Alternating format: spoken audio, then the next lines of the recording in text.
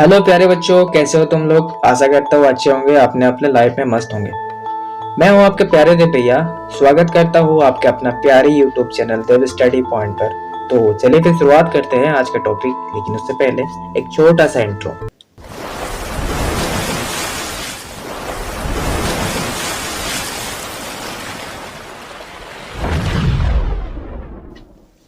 तो प्यारे बच्चों, आज का जो हमारा टॉपिक है क्लास 6 के साइंस के पहला चैप्टर भोजन। जी हाँ प्यारे बच्चों, भोजन। भोजन क्या होता है जिसे अगर इंसान ना खाए तो इंसान मर जाता है। सीधी सी बात है ना। देखो क्या होता है, भोजन हर जीवित प्राणी के लिए बहुत आवश्यक होते हैं, जिंदा रहने के लिए और शरीर की विभिन्न गतिविधियों के लिए।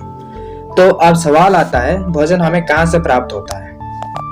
तो भोजन हमें पेड़ पौधे एवं जंतु से प्राप्त होता है। इसके अलावा भी अगर कुछ होता है तो आप सोच सकते हैं, लेकिन मैं आपको बता दूं, भोजन के सिर्फ दो ही सोर्स होते हैं, एक पेड़ पौधा और दूसरा जीव जंतु, है ना। अब हर जीव जंतु के खाने की स्टाइल बोले तो अंदाज थोड़ा अलग अलग होता है ना। कुछ शाकाहारी होते हैं तो कुछ मांसाहारी होते हैं तो कुछ सर्वाहारी होते हैं। अब ये सब मैं क्या बोल रहा हूँ, चलिए देखते हैं। सबसे पहले नंबर पर आता है शाकाहारी। ऐसे जंतु जो केवल पौधों एवं उसके उत्पाद को भोजन के रूप में खाते हैं वो शाकाहारी कहलाते हैं। ऐसे जंतु जो केवल पौधे एवं उसके उत्पाद जैसे फल सब्जी वगैरह भोजन के रूप में खाते हैं वो शाकाहारी कहलाते हैं। उदाहरण के लिए गाय, भेड़, भैंस, बकरी इत्यादि। ये सबको कभी मांस खाते हुए देखा है? नहीं ना। तो ये सब शाकाहारी कहलाते हैं। दूसरे नंबर पर आते हैं मांसाहारी। ऐसे जंतु जो केवल दूसरे जंतुओं को भोजन के रूप में खाते हैं वो मांसाहारी कहलाते हैं। ऐसे जंतु जो दूसरे जंतु को भोजन के रूप में खाते हैं वो मांसाहारी कहलाता है, अर्थात जो मांस खाते हैं। उदाहरण के लिए बाघ, शेर, लमड़ी, कुत्ता इत्यादि। ये सबको कभी घास फूस खाते हुए देखा है? नहीं ना। ये केवल और केवल मांस पर डिपेंड रहता है, इसलिए ये मांसाहारी कहलाते हैं। तीसरे नंबर पर आते हैं सर्वाहारी। वैसे जंतु जो पौधे एवं जंतु दोनों ही भोजन के रूप में खाते हैं उन्हें सर्वाहारी कहलाते हैं, अर्थात जो पौधे का भी पोषण करते हैं और जो मांस भी खाते हैं, जो दोनों प्रकार के खाद्य पदार्थ का पोषण करते हैं, वैसे प्रकार के जंतु को सर्वाहारी कहते हैं। उदाहरण के लिए इंसान। ठीक है। अब सवाल आता है, भोजन हमारे लिए क्यों आवश्यक है ना। तो देखो, भोजन हमारे शरीर को ऊर्जा प्रदान करता है। ये जो हम रोज कुछ न कुछ विभिन्न प्रकार के काम करते हैं, जैसे दौड़ना हो गया, चलना हो गया, बोलना हो गया, स्कूल जाना हो गया, स्कूल से वापस आ जाना, ये सब कैसे पॉसिबल ये सब हम कैसे कर पाते हैं। तो ये सब ऊर्जा का कमाल है। और ऊर्जा हमें कहाँ से प्राप्त होता है? भोजन से। इसलिए भोजन हमारे लाइफ में बहुत ही महत्वपूर्ण चीज है। ठीक है। एक और सवाल आता है, क्या हमारे शरीर को विभिन्न प्रकार के भोजन की आवश्यकता के कुछ विशेष कारण हैं? ये जो हम रोज विभिन्न प्रकार के खाद्य पदार्थ का सेवन करते हैं, ये सब क्या हमारे लिए जरूरी है? तो जी हाँ, इसका सही उत्तर हो जाएगा पोषक, न्यूट्रिएंट्स के लिए हम विभिन्न प्रकार के खाद्य पदार्थ का सेवन करते हैं। पोषक, अब ये क्या चीज होता है? देखो, विभिन्न प्रकार के खाद्य पदार्थ में विभिन्न प्रकार के पोषक तत्व पाए जाते हैं जो हमारे शरीर के लिए काफी लाभदायक होते हैं, हमारे शरीर के वृद्धि के लिए, हमारे शरीर के विकास के लिए, हड्डी के मजबूत के लिए और हमें रोगों से बचाने के लिए। अगर हमारे शरीर के अंदर पोषक तत्व की कमी हो जाएगा तो हम कुछ न कुछ बीमारियों से ग्रसित हो जाएगा। इसलिए पोषक तत्वों वाले खाद्य पदार्थ हमारे लिए बहुत आवश्यक है। अब जो हम विभिन्न प्रकार के खाद्य पदार्थ का सेवन करते हैं उसमें कुछ विशेष प्रकार के पोषक तत्व पाए जाते हैं जो हमारे शरीर के लिए अति आवश्यक होते हैं। चलिए कुछ मुख्य पोषक तत्वों पर नजर डालते हैं। हमारे भोजन में मुख्य पोषक तत्व कार्बोहाइड्रेट, प्रोटीन, वसा, विटामिन तथा खनिज लवण है। इसके अतिरिक्त हमारे भोजन में रुक्षांश तथा जल भी शामिल है जिनकी आवश्यकता हमारे शरीर को होती है ना। ये सब हमारे शरीर के लिए बहुत जरूरी होते हैं और ये सब कहाँ पाया जाता है? खाद्य पदार्थ में पाया जाता है। ये सब हमारे शरीर के लिए बहुत जरूरी होते हैं, है ना। अब इन पोषक तत्वों का कुछ उदाहरण देख लेते हैं, चलिए देखते हैं। अब इन पोषक तत्वों का कुछ उदाहरण देखते हैं। पहले कार्बोहाइड्रेट, चावल, दाल, गेहूं, गन्ना एक्सेट्रा। प्रोटीन के कुछ उदाहरण, सोयाबीन, मक्का, चना, मटर एक्सेट्रा। वसा के कुछ उदाहरण, मक्खन, मछली, सरसों का तेल एक्सेट्रा। विटामिन के कुछ उदाहरण, अंडे, झींगा, पालक, आम एक्सेट्रा। खनिज लवण के कुछ उदाहरण, मांस, समुद्री भोजन, केला एक्सेट्रा। रुक्षांश के कुछ उदाहरण, दाल, आलू, ताजे फल, सब्जियां। जल के कुछ उदाहरण, शरबत एवं सभी कच्चे खाद्य पदार्थ, ठीक है, जो जिसमें जल पाया जाता है। अब चलिए देखते हैं ये पोषक तत्व हमारे शरीर के लिए क्या कार्य करते हैं। पहले कार्बोहाइड्रेट और वसा, ऊर्जा देने वाला भोजन है। कार्बोहाइड्रेट और वसा से हमें ऊर्जा प्राप्त होती है, जिसमें हम विभिन्न प्रकार के काम को कर सकते हैं। ये सब कैसे पॉसिबल है? ये सब ऊर्जा के कारण पॉसिबल है। और ऊर्जा हमें कहाँ से प्राप्त होते हैं? कार्बोहाइड्रेट और वसा से। दूसरे नंबर पर प्रोटीन। प्रोटीन हमारे शरीर के लिए क्या कार्य करते हैं?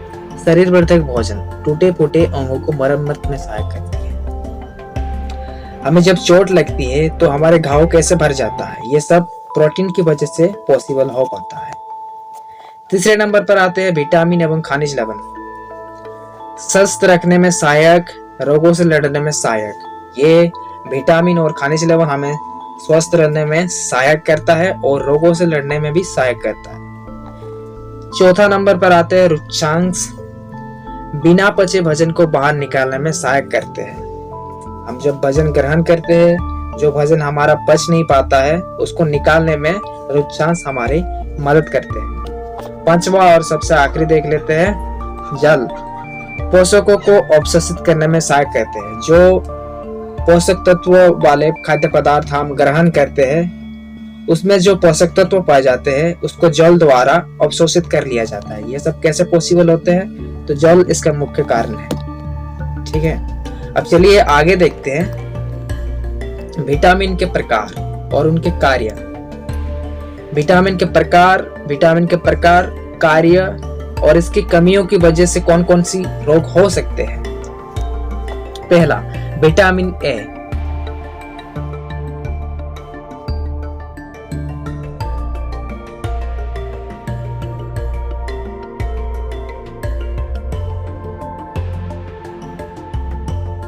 पहला विटामिन ए त्वचा एवं आंखों को स्वस्थ रखता है। हमारे शरीर की जो स्किन होते हैं उसको और हमारे आंखों को स्वस्थ रखते हैं।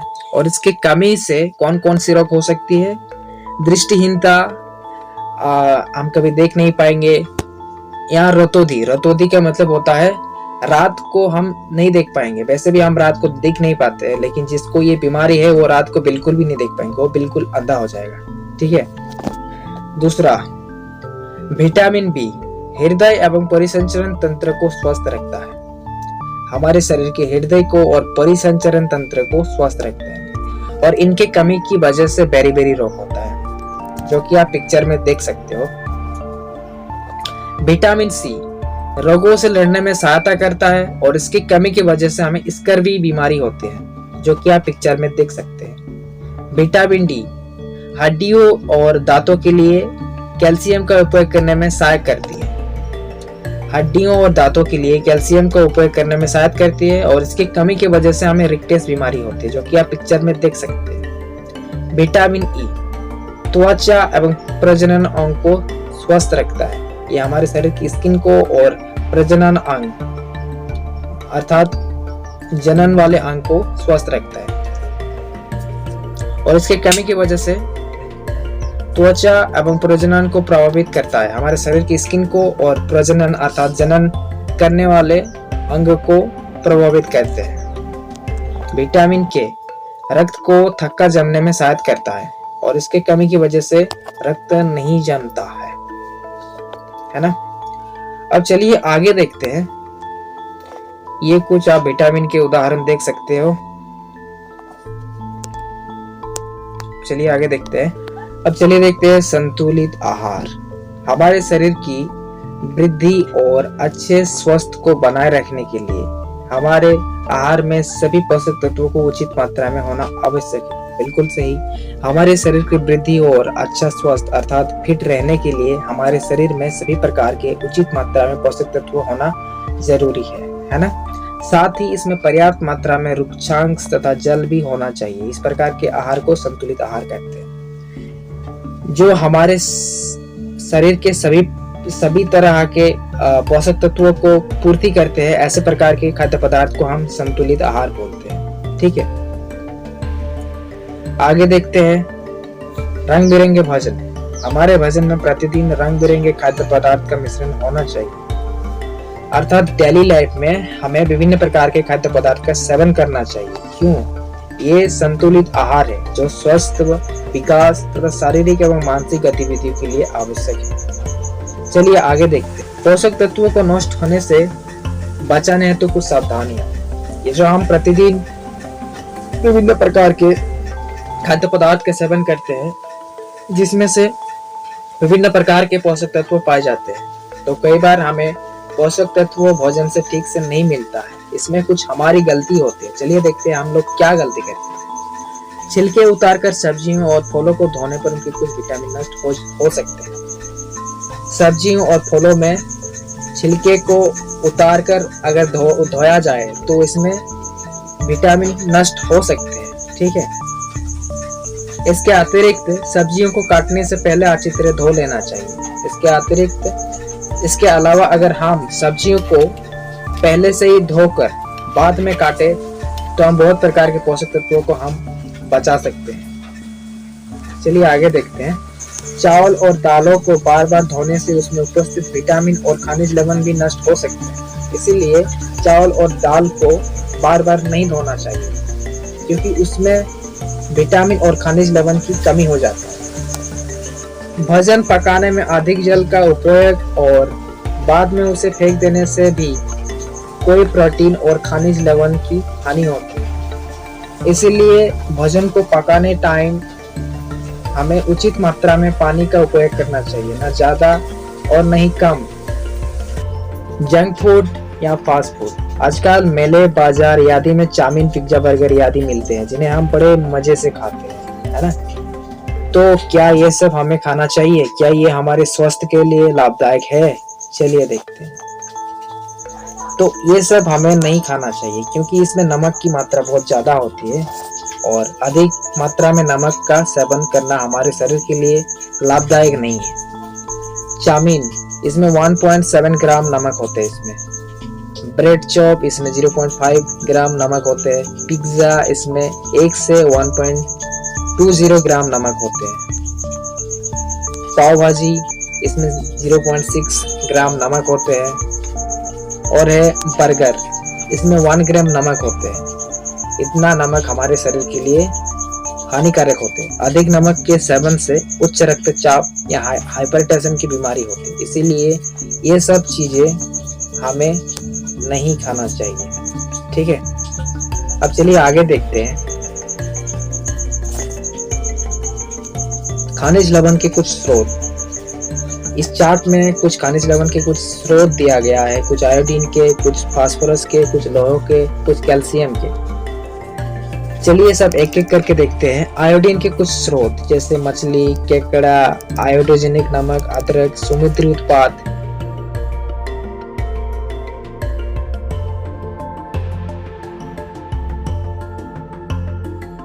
फास्फोरस के स्रोत के कुछ उदाहरण केला, दूध, मिर्ची, फ्रेंच बीन, बादाम। लौह के स्रोत के कुछ उदाहरण पालक, सेब, मड़ुआ, साबुत अनाज, यकृत। कैल्शियम के स्रोत के कुछ उदाहरण दूध, अंडा, मूली, सलगम, केला। ये सब खनिज और लवण के कुछ स्रोत हैं। चलिए आगे देखते हैं। कुपोषण क्या है? कुपोषण जब हमारे शरीर को आवश्यक मात्रा में पोषक तत्व नहीं मिलते हैं तो इस स्थिति को कुपोषण कहते हैं। जब हमारे शरीर को जो हमें पोषक तत्व चाहिए होता है वो ठीक से नहीं मिल पाता है तो इस कंडीशन को क्या बोलते हैं? कुपोषण बोलते हैं, जो हमारे शरीर के लिए हानिकारक है। इसीलिए हमें विभिन्न प्रकार के खाद्य पदार्थ का सेवन करना चाहिए, जिसमें हमें विभिन्न प्रकार के पोषक तत्वों का पूर्ति हो पाता है। इसके कमी की वजह से हमें विभिन्न प्रकार के रोगों का सामना करना पड़ता है। चलिए कुपोषण के कारण कुछ रोगों को देखते हैं। सूखा रोग। कम भोजन मिलने पर प्रोटीन तथा कार्बोहाइड्रेट की मात्रा कम हो जाती है, शरीर दुबला पतला हो जाता है और पसली की हड्डियां दिखाई देने लगती हैं। कार्बोहाइड्रेट और प्रोटीन की कमी की वजह से हमारे शरीर में दुबला पतला हो जाता है और पसली की हड्डियां दिखाई देने लगती है। इसको सूखा रोग बोलते हैं। आगे देखते हैं क्वाशियोकर रोग। यदि भोजन में प्रोटीन कम हो तो बच्चे में वृद्धि रुक जाती है एवं पेट फूल जाता है। इस रोग के कारण बच्चे में वृद्धि रुक जाती है और पेट फूल जाता है, और ये किस पोषक तत्व की कमी के कारण होते हैं? प्रोटीन के कारण। चलिए आगे देखते हैं रतौंधी रोग। विटामिन ए की कमी से रात में कम दिखाई देने लगता है, इसलिए हमें विटामिन ए को उचित मात्रा में सेवन करना चाहिए। इस रोग से क्या होता है, हम रात को नहीं दिख पाते हैं। वैसे भी हमें रात में नहीं दिखाई देता है, लेकिन जिसको ये बीमारी है वो रात में बिल्कुल भी नहीं देख पाएगा, वो बिल्कुल अंधा हो जाएगा। आगे देखते हैं घेंघा रोग। आयोडीन की कमी से गले की ग्रंथि फूल जाती है, जो कि आप पिक्चर में देख सकते हो। बच्चे मानसिक विकलांग हो जाते हैं। बच्चे में जो सोचने की क्षमता होती है, जैसे जैसे इंसान की वृद्धि होते हैं उस प्रकार वो नहीं सोच पाते। उसका शरीर तो वृद्धि हो जाते हैं, लेकिन उसका मानसिक विकास नहीं होता है, वो मानसिक रूप से विकलांग हो जाते हैं। आगे देखते हैं एनीमिया रोग। लौह तत्वों की कमी से खून की कमी हो जाती है, कमजोर कोई रोगों से ग्रस्त हो सकता है। लौह तत्व की कमी से हमारे शरीर में खून की कमी हो सकता है, और अगर हमारे शरीर में खून की कमी हो जाए तो हमारा शरीर कमजोर हो जाता है, और कमजोर शरीर कई सारे रोगों से ग्रस्त हो सकते हैं। इसीलिए हमें इस बात का भी ध्यान रखना चाहिए। लौह तत्व वाले खाद्य पदार्थ का सेवन करना चाहिए। आगे देखते हैं अस्थि और दांत क्षय। कैल्शियम की कमी से हड्डी और दांत कमजोर होती है, जो कि आप पिक्चर में देख सकते हो। इसलिए हमें कैल्शियम वाले खाद्य पदार्थ का सेवन करना चाहिए। आगे देखते हैं पोषक तत्वों का अधिकता। अब तक हम जानते आए हैं कि पोषक तत्वों की कमी की वजह से हमें विभिन्न प्रकार के रोगों का सामना करना पड़ सकता है। अब हम जानेंगे पोषक तत्वों का अधिकता, अर्थात पोषक तत्व अगर हमारे शरीर में अधिक हो जाए तो भी हमें रोगों का सामना करना पड़ सकता है। इसीलिए हमें उचित मात्रा में ही पोषक तत्व वाले खाद्य पदार्थ के सेवन करना चाहिए, न ज्यादा और न ही कम, बल्कि उचित मात्रा में। जहाँ पोषक तत्व की कमी से विभिन्न रोग हो जाते हैं, वही इसकी अधिकता भी हानिकारक हो सकती है। बहुत अधिक वसायुक्त तो मोटापा का कारण बनती है, और यह समस्त बीमारी को जड़ होता है। ज्यादा वसायुक्त वाले खाद्य पदार्थ का अगर हम ग्रहण करेंगे तो हम मोटा हो जाएंगे, मोटापा का सामना करना पड़ेगा, और एक बार अगर मोटा हो जाए तो सारा भाई समस्या का जड़ वही है। इसलिए आप कभी देखना, मोटा लोग विभिन्न प्रकार के रोगों का सामना करता है, जैसे बीपी, शुगर, प्रेशर इत्यादि। आगे देखते हैं दूषित भोजन। क्या होता है दूषित भोजन? ठेले में रखे खाद्य सामग्री जैसे समोसा, जलेबी पर अपने मक्खियां बैठी देखिए। जी बिल्कुल देखिए, ये मक्खियां गंदी जगह पर भी बैठती है। जी बिल्कुल, और अपने साथ सूक्ष्म जीव को लेकर खाने के पदार्थ को दूषित कर देती है। यह मक्खियां अपने साथ छोटे छोटे सूक्ष्म जीवों को भी लेकर आती है, जो कि हमारे लिए हानिकारक होती है और खाद्य पदार्थ को दूषित कर देती है ना, मतलब खराब कर देती है। खुले भोज्य सामग्रियों पर धूल जम जाती है, इसीलिए हमें खाना को हमेशा ढककर रखना चाहिए, खुला नहीं छोड़ना चाहिए, उसमें धूल जम जाती है। बासी खाना भी खाने योग्य नहीं होता है, यूँ हमारे दूषित हो जाते हैं, मतलब ये खराब हो जाते हैं यदि रेफ्रिजरेटर आदि में रखा ना जाए। रेफ्रिजरेटर मतलब फ्रिज को ही रेफ्रिजरेटर बोलते हैं। दूषित होने से बचाने का उपाय। खाद्य पदार्थ को दूषित होने से बचाने का उपाय, कुछ उपाय है क्या? हाँ जी, कुछ उपाय है। खाना खाने से पहले हाथ धोना चाहिए। बिल्कुल, खाना खाने से पहले हाथ धोना चाहिए, क्योंकि हमारे हाथ में विभिन्न प्रकार के सूक्ष्मजीव होते हैं, जो हमारे शरीर में अगर चला जाए तो हमें विभिन्न प्रकार के रोगों का सामना करना पड़ सकता है। इसीलिए हमें खाने से पहले हाथ धो लेना चाहिए। नंबर 2, खाने के सामानों को ढक कर रखना चाहिए। बिल्कुल खाने के सामानों को ढक कर रखना चाहिए ताकि खाना दूषित ना हो जाए। नंबर 3, कच्चे सब्जियों को रेफ्रिजरेटर अर्थात फ्रिज में रखना चाहिए। फ्रिज में रखने से क्या होता है, ये हमेशा ताज़ा रहता है और ये दूषित होने से बच जाता है। तो आशा करता हूँ बच्चों ये वीडियो आप लोगों के लिए काफ़ी मददगार सिद्ध होगा। मैं इसी तरह से वीडियो लाता रहूँगा। आप लोग अगर चैनल में नए हो तो चैनल को सब्सक्राइब कर देना, अपने दोस्तों को भी शेयर कर देना और हाँ, वीडियो को एक लाइक जरूर से जरूर कर देना। और एक बात, इस वीडियो के डिस्क्रिप्शन में मैंने इस चैप्टर के पूरे नोट्स डाल दिया है, जहाँ से आप PDF के रूप में डाउनलोड कर सकते हैं। और इस वीडियो के डिस्क्रिप्शन में मैंने अपना WhatsApp ग्रुप का लिंक दे दिया है, जहाँ से आप ऐड हो सकते हैं। तो मैं मिलता हूँ अगले वीडियो में एक नए टॉपिक के साथ। तब तक के लिए बाय बाय।